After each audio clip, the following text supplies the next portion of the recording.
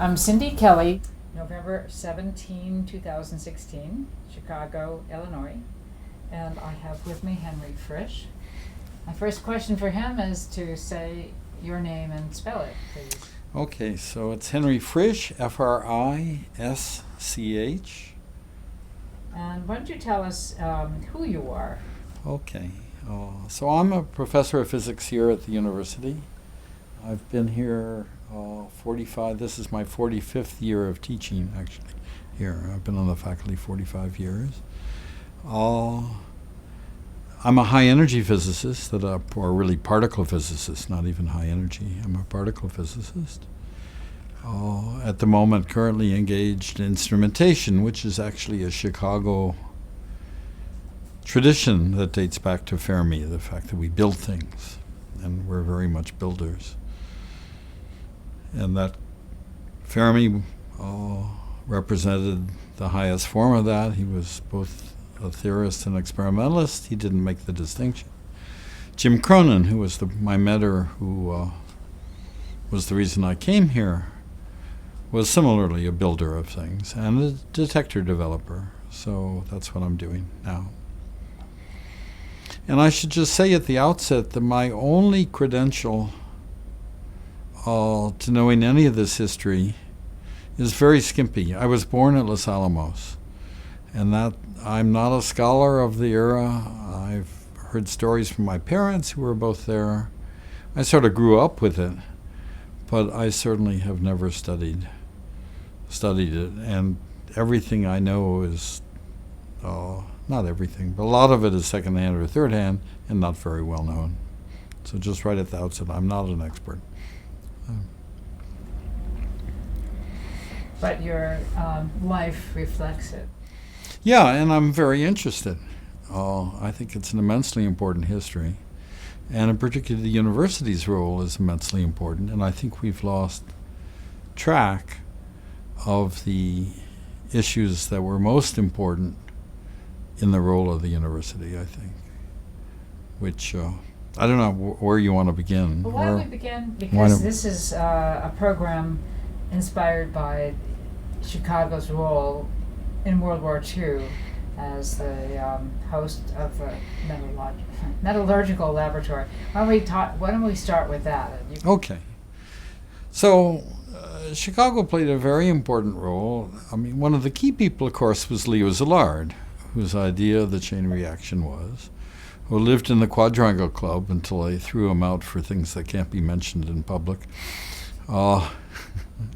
Not as bad as you might think, but he was upper class Viennese, and there were certain things related to daily living that upper class Vietnamese didn't do, and they threw him out. But Szilard played an immensely important role, both from the initial idea to some key ideas on CP1 on the Chicago pile, in particular graphite, getting rid of the boron in the graphite, for example. And then with the famous letter of him and Einstein to Roosevelt and such, and then to the Frank report about the use of the bomb. So Szilard is woven through so much of the really important decisions and issues of the history. He was he then went into biophysics here and started a third institute. There were three institutes. The Fermi Institute, which I'm a member of, that did particle physics, space physics, astronomy, geophysics, and such. The Frank Institute, material science, and then Szillard's Institute for biological things, name I forget. But so Szilard was here and very much important at the beginning.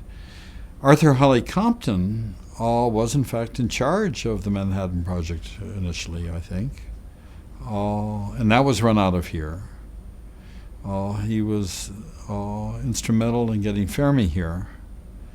And so the initial ideas, I mean, Szillard's idea wasn't while he was here, but Szilard was here, very influential. Then Compton running it out of here and organizing it. Fermi with the first measurements on the pile. And then, interestingly enough, in some ways the most important contribution was the role of the university in getting civilian control versus military control of nuclear things. And that was much broader than just the physicists. That was Edward Levy and other luminaries across the university played a very important role. John Simpson, the astrophysicist, really put his back into it. And the Bulletin of the Atomic Science grew out of that at that time. That was really Simpson's. A lot of that was Simpson's doing. So the Franck report, which actually I just printed out a copy of, but if you look at it, it's Szilard and Franck and others. This is early. This is before the dropping of the bomb on Hiroshima and Nagasaki. All the questions of first use, and those questions are still really, in a sense, I think, with us, particularly given the recent election. We are, I think, our heads are still in the sand in terms of proliferation of nuclear capabilities, that it's not just states, it's the non-state actors who can get there. Louis Alvarez claimed that it was so easy to make a gun-style bomb that you could just drop half of a bomb off of a table onto the other half on the floor. It'd be a lousy explosion, but it'd be enough. You didn't. Alvarez, by the way, was a graduate student here, and his biography is wonderful reading. So he was another Chicago key player in many of these things. So everywhere you look, in fact, you'll find many Chicago, either alumni or actors, one way or the other, in this. So the movement by the scientists to try to control access to nuclear material and weapons was an immensely important thing, and it sort of has died in a sense. It's no longer the center. There were also groups at Los Alamos and Hanford and others, but certainly my readings are, and this is partly because I've read Alice Kimball Smith, who wrote this up and whose collected works are in the Regenstein Library here. But my impression is that a lot of the motive force from this effort really came out of Chicago. John Simpson and others. Franck, who was a very moral leader in this.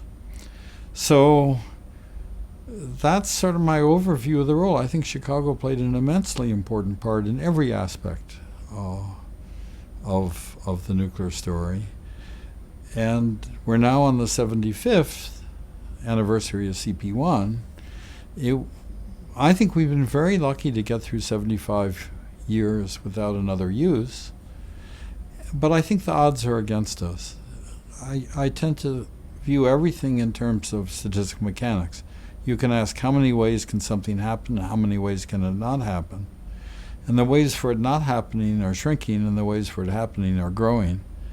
And so I tend to be very pessimistic, and I think going back to read the Franck report, go back and read some of John Simpson's early things, the early bulletins and such. I think we need an effort, particularly in this very rapidly changing political climate. And I would hope Chicago could take a lead in this again. I mean, I think our history is such that we have both responsibility and a tradition that we should continue. It shouldn't be over. The story's not over yet. So what, can you just tell us what happened here? What was this Met Lab about? Yeah, I don't really know beyond CP1. I mean, I know stories of Fermi going back and forth to Los Alamos from here. I know some... Herb Anderson was based here. Fermi would go back and forth. So this still was Fermi's home. Compton was here. But because my parents were at Los Alamos, and Los Alamos was my center of that part of it, that tends to, and of course that's where where where the bombs were put together. So, once, from the spring of 43 on, my guess is that the center of gravity moved to Los Alamos, being fed by Oak Ridge and Hanford and the others. So that's a history I don't really know of during the war. All the stories I know, of course, are Fermi at Los Alamos, Oppenheimer at Los Alamos. Roger Hildebrand has some marvelous stories of Berkeley at that time. Berkeley had the Calutrons. Lawrence was in Berkeley. But as I say, I think the really big, important things were before Los Alamos and after for Chicago. But I'm ignorant about the middle. So what were the things, you talked about Szilard. When did you want to talk about things before the Manhattan Project? Well, it was the pile. I mean, it was Fermi and the measurement and the measurements. That's right. So I just know from my father, he was a graduate student at Wisconsin, and Oppenheimer moved the whole group. Al Hansen from Urbana, my dad from. Al Hansen was at Wisconsin with my dad as graduate students. This was early 43. Los Alamos had just barely been started. And they made the first measurements of neutron cross-sections on plutonium. But that, again, the center had shifted. As I say, the center had shifted. My dad told a wonderful story of Fermi at Los Alamos. Oppenheimer called a meeting, an all-hands meeting, as we call it now, and said that Enrico was going to announce the multiplication factor. And Fermi did, but didn't quote an uncertainty on it. And so he stood up, said the number, sat down, and Oppenheimer asked him to quote an uncertainty, and Fermi wouldn't. And so my dad said Oppenheimer got very formal and said, the future of the free world depends on this, and Fermi still wouldn't, whereupon Oppenheimer said, well, if you won't quote a number, at least give a limit. And Fermi gave the wrong limit. He said the uncertainty is not smaller than 0.1, which is the wrong direction. And then grinned and smiled down and sat down. So, I'm sure there were immense numbers of things happening here, but I think at that point, Szilard, Fermi, the people who were here, had done their bit with the pile and the first reactions, and were contributing. But I don't know what was happening here. Then after the war, the cyclotron was built and such. But at that point, the big effort by Simpson and others to really try to understand what they had done in terms of the future. And that is the part that I think we really need to focus on, because I'm very pessimistic.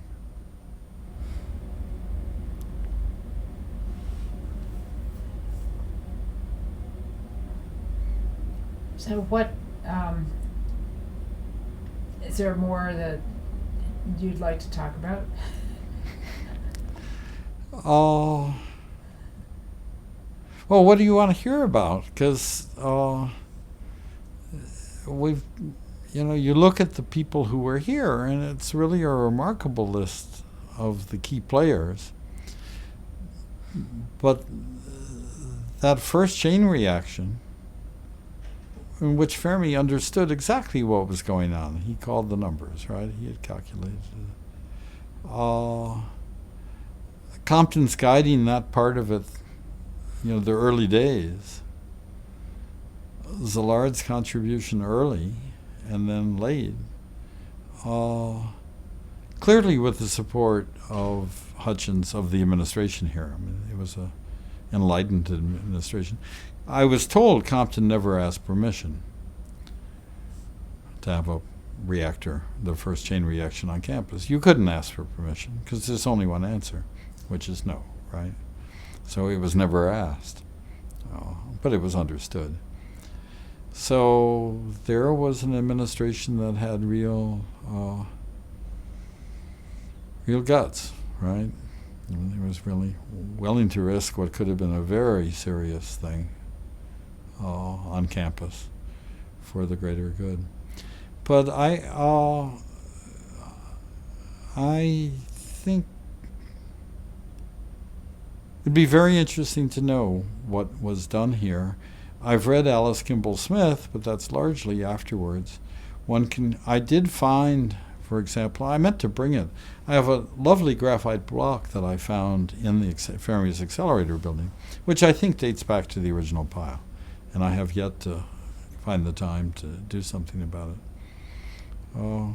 But I think that's enough of a contribution, right? I mean, at some point it went to actually building gadgets, and that was done at Los Alamos. And you had to have input material, and that was commercial things on a very large scale. I guess there is another role, which Greenwald and others, the industrial magnates were closely tied. So DuPont, these other companies were a very important ingredient, and some of that was through Chicago connections. Greenwald was, I think, the first chain reaction, and he remained a fan all the way through. So that's another important ingredient. It would be fun to ask Richard Rhodes or Kai Bird or any of these, these questions, and really find out what was going on here. So that's what I know. It's not much. But. So you mentioned earlier that one of the things you're into now is instrumentation or building things, and that it's clearly a kind of a legacy of Fermi, who was such a great experimentalist as well as a theorist. But what are other, or maybe you want to talk about that aspect of the legacy, but in what other ways, or in what ways, has the Manhattan Project or the METLab experience shaped the course of science and engineering and such at the university?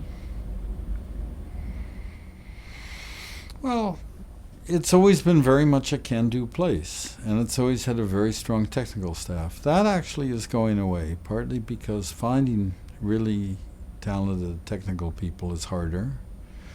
Also, change in emphasis in the administration toward a much faster and higher return on developing kids who develop computer apps. I mean, if you can make a Facebook, you win much quicker than if you make a better refrigerator or even a better kind of detector of any kind. There are very few things that'll make returns as fast as a winning app and such. So Simpson had a very long legacy here. Jim Cronin had a very long legacy here. They're both gone. But that was this legacy of having really talented technical people helping building up efforts to do really innovative kinds of science. I mean, one could make experiments that nobody else could make. Alpha scattering off the moon. Again, this is Turkovich. These nuclear chemists, Sugarman, Turkovich, Manhattan Project survivors, veterans, marvelous people. But again, this can-do project, when you think of what Los Alamos did, starting in 43 to 45, I mean, it's utterly staggering how much was done in so short a time. Bob Wilson had that legacy. He played a very important role at Los Alamos, and he took that with him back to Cornell and then to Fermilab. And as you probably know, Chicago runs both Argonne and Fermilab. That's a legacy. We have those. And Bob's style was set by the Manhattan Project, I think, and this can-do attitude, going very fast. No niceties about people, but it was not personal. It just, you went as fast as you could. People got in your way, you either ran over them or around them or whatever. And Fermi was that way. Wilson was wonderful person, but it always was the priority on getting things done. That was here for a very long time. I don't know if we still have that. The generations go by. And I think the world at large, again, it's hard to find that, and the support of science in the U.S. has diminished enormously. The legacy that was left, the awe of nuclear physicists, the funding of high-energy physics, because it was the legacy of the Manhattan Project, as the generations go by, that all fades somewhat. And so you can see that diminishing, possibly correctly. But it was a very special era of very special people and really remarkable achievements. And I think Chicago played a very important role all the way through, I mean, from the start to the end. And now we're in a different game, in the end game, but I'd like to say, I hope we can continue. So you're very involved in the Bulletin's current activities. I was on the board.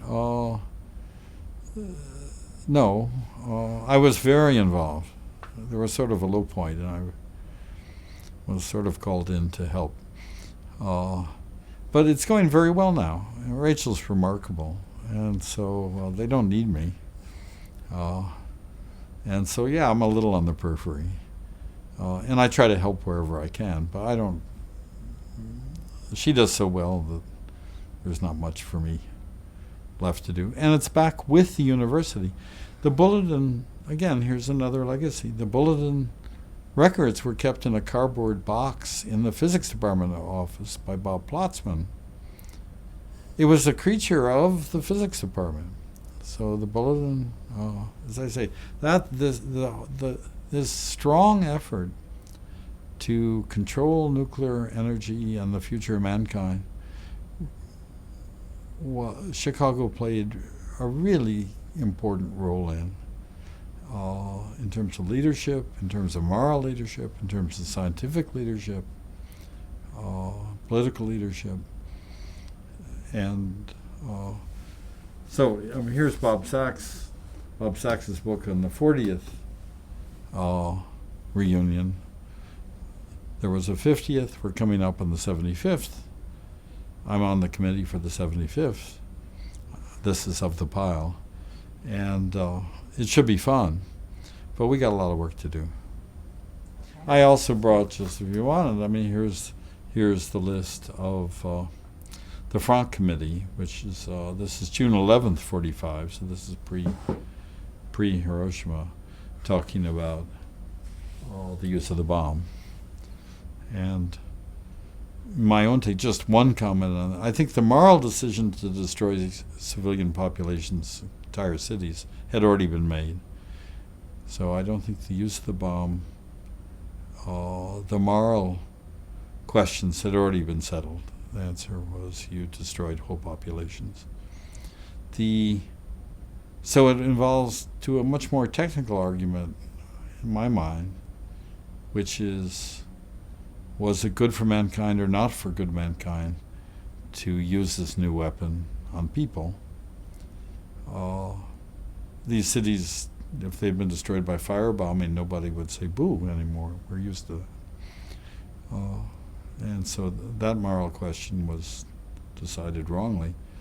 The second, Nagasaki, is indefensible. I don't see.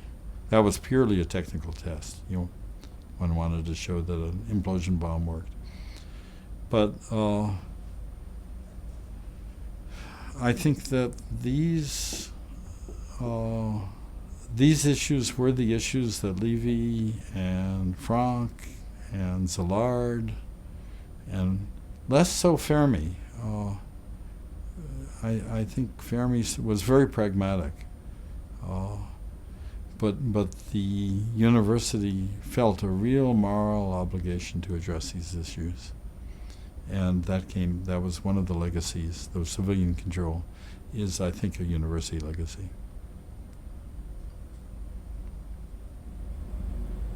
I think it's interesting that Edward Levy was counsel to the committee, Mm-hmm. and just happened to strike it off with John Simpson. Yeah, And the two of them were very were very powerful. very And there was a powerful. social scientist whose name I keep meaning to look up.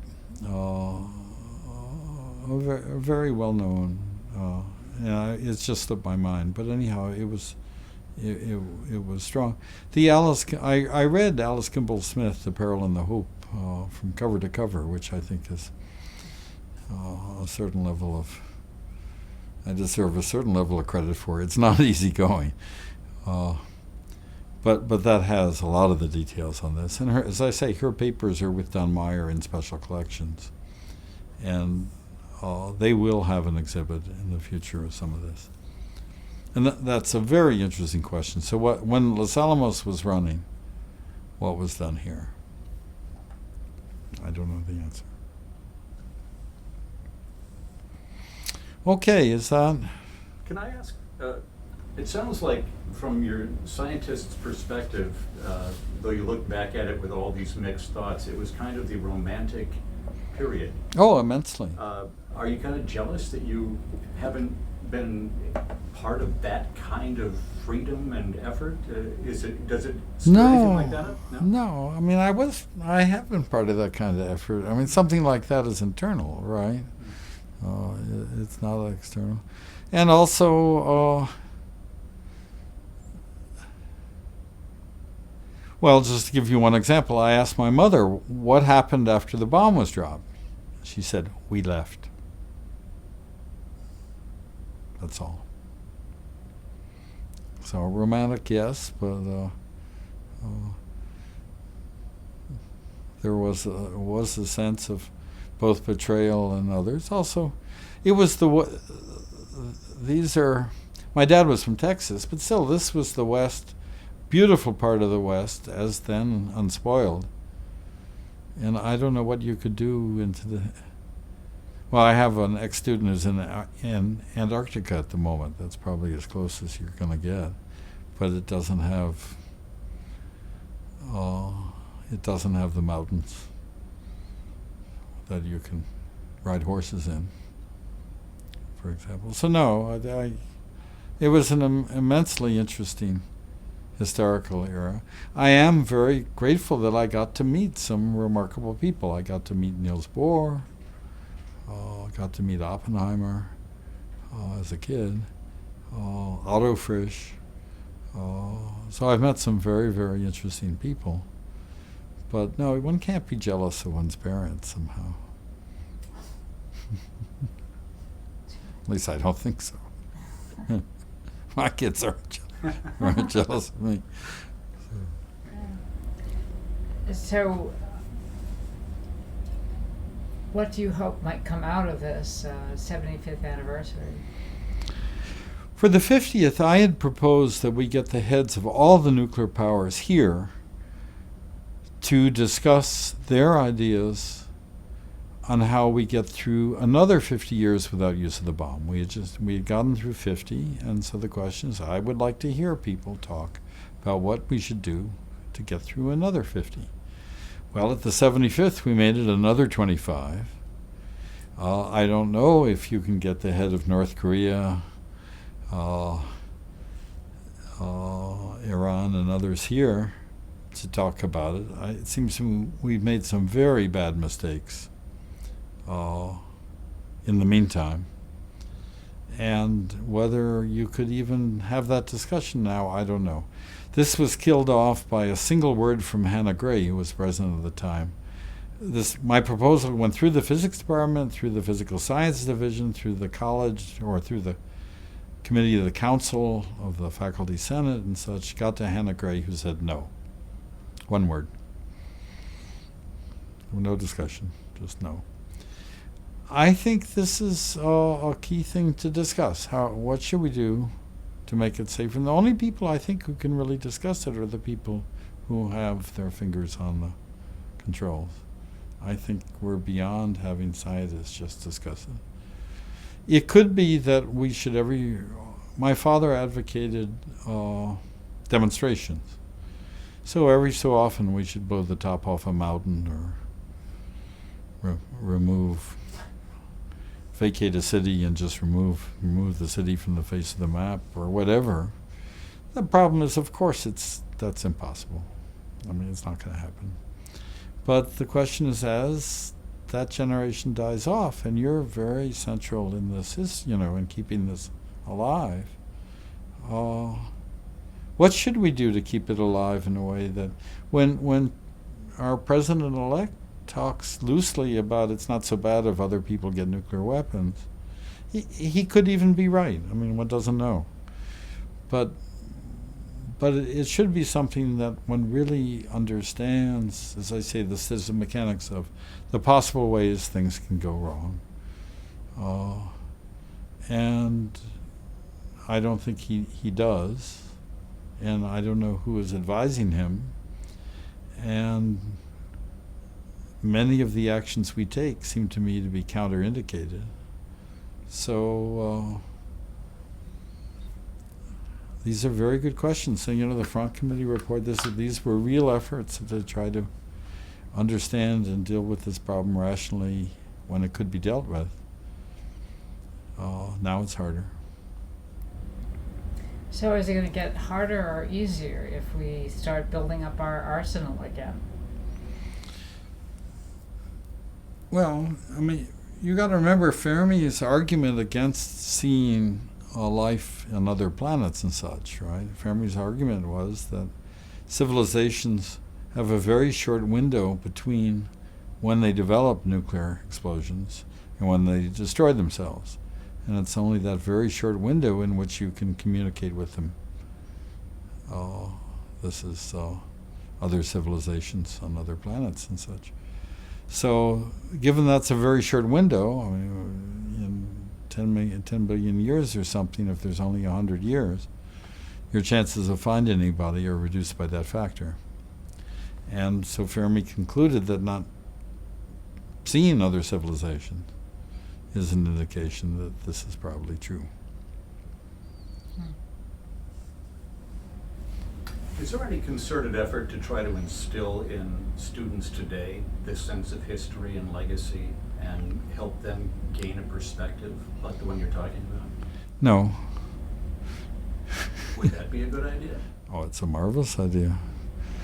I'm just wondering, as your students wander across these sites that have been built over and built up. Oh, my students get this. Yes. Yeah, my students do this, but is there any general effort? It falls in a crack between physics and history and political science and such. And the cracks have gotten larger than the islands in between in academia by and large. So it's an odd beast. Nuclear physics itself went through a real minimum. We weren't producing nuclear physicists for a long. The nuclear power industry is its problems don't do the field any favors either, in that this is not something with a particularly good reputation and a good history. So one can ask, and it's a fair question, how did we screw it up so badly? I mean, why wasn't it possible to follow John Simpson's incredibly effective and rational leadership as to what should be done? Where did it go wrong? Because if you look at the nuclear, look at the disaster in Japan at the moment. That's not going to go away very quickly. They're stuck with pumping water into tanks, and it's really not so good. So, yes is the answer, but it would take a change in mindset of really major proportions, in my mind. And I don't think mankind is particularly good at averting disasters. We wait for them to happen.